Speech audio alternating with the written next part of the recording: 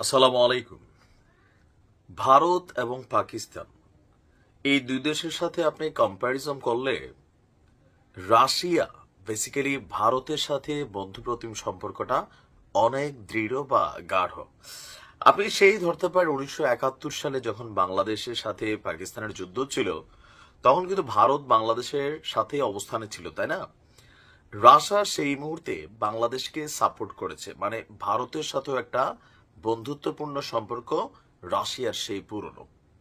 আবার গেল বিগত এই যে লম্বা একটা সময়ের মধ্যেও আমরা যখন এই নিউজগুলো করছি তখনও দেখেছি বিভিন্ন ইস্যুতে যখন রাশিয়া ইউক্রেন যুদ্ধ শুরু হলো তখন ভারত বিভিন্নভাবে রাশিয়াকে সহযোগিতা করেছে। আবার রাশিয়াও ভারতের থেকে আপনার তেল বিক্রি করে বলেন, পশ্চিমা রাষ্ট্রগুলোতে লাইন 2 হিসাবে ভারতকে ব্যবহার করে ভালোই তারা কিন্তু ব্যবসা বাণিজ্য একটা অন্য লেভেলে নিয়ে গেছে। এছাড়া রাশিয়া ইউক্রেন যুদ্ধে রাশিয়ার উপর বৈশ্বিক নিষেধাজ্ঞার কারণে যুদ্ধ বিমান সহ বিভিন্ন যে পার্টস ছিল আর বিভিন্ন ধরনের অ্যাক্টিভিটিজে ভারত কিন্তু একটা বড় ধরনের ভূমিকা রেখেছে। মানে ভারতের সাথে পুতিনের সম্পর্কটা একটু আলাদা।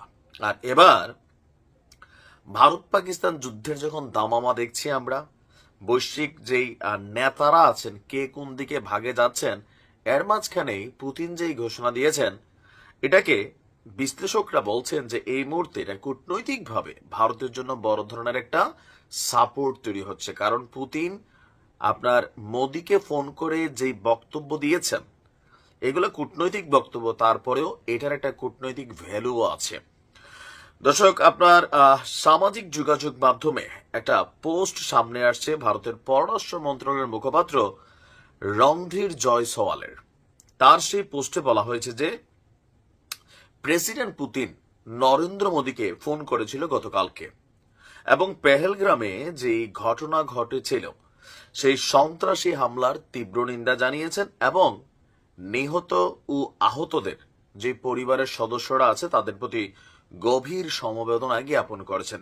সবচেয়ে গুরুত্বপূর্ণ অংশ হচ্ছে এই অংশটা, যেখানে ভারতের এই পররাষ্ট্র মন্ত্রণালয়ের মুখপাত্রের দাবি যে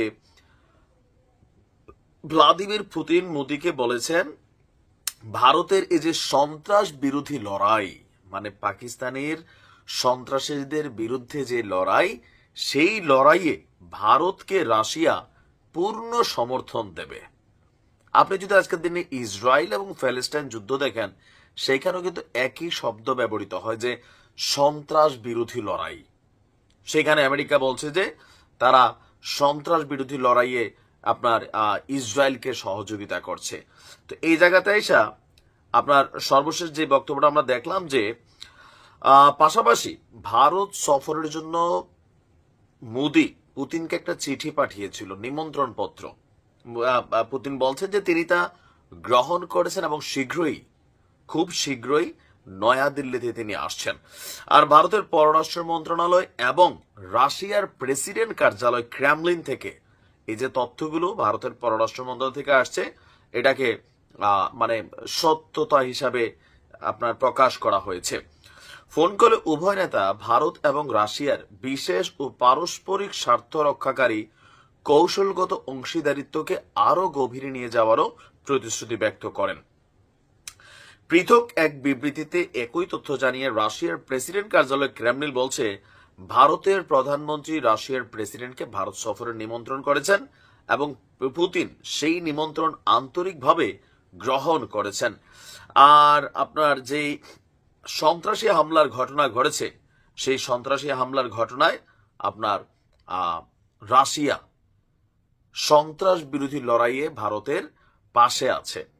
তবে দিন শেষে আমরা আরেকটা বক্তব্য আন্তর্জাতিক গণমাধ্যমে দেখেছি যে রাশিয়ার পররাষ্ট্রমন্ত্রী সার্গেই ল্যাভরভ তিনি আবার সম্প্রতি এই দুই দেশের সাথেই কথা বলেছেন পররাষ্ট্র মন্ত্রণালয়, পাকিস্তানেরও ভারতে। তো সেইখানে আবার দুই দেশকে ধৈর্য এবং সংযম এই দুইটা ধরার জন্য আহ্বান জানিয়েছেন। এখন বিশ্লেষকদের বক্তব্য বা রাজনৈতিকভাবে এই যে পুতিনের এই মুহূর্তে যদি ভারত সফর হয়, এটা অনেক গুণ ভারতের কূটনৈতিক শক্তিকে বাড়িয়ে দেবে। অপরদিকে আমরা শুনছি যে পাকিস্তানে ইরানের সম্ভবত প্রেসিডেন্ট তিনি যেতে পারেন অথবা পররাষ্ট্রমন্ত্রী, কেন? ভারত এবং পাকিস্তানের মধ্যে যেন যুদ্ধ না হয়, একটা সমঝোতা করার জন্য দায়িত্ব নিতে চাচ্ছে ইরান। তবে পুতিনের ভারত সফর আর ইরানের পাকিস্তান সফরের মধ্যে তাত্ত্বিক ইস্যুগুলো আলাদা। দেখা যাক কি হয়। তবে এটা ভারতের জন্য না চাইতে একটা বড় পাওয়া। ভালো থাকুন।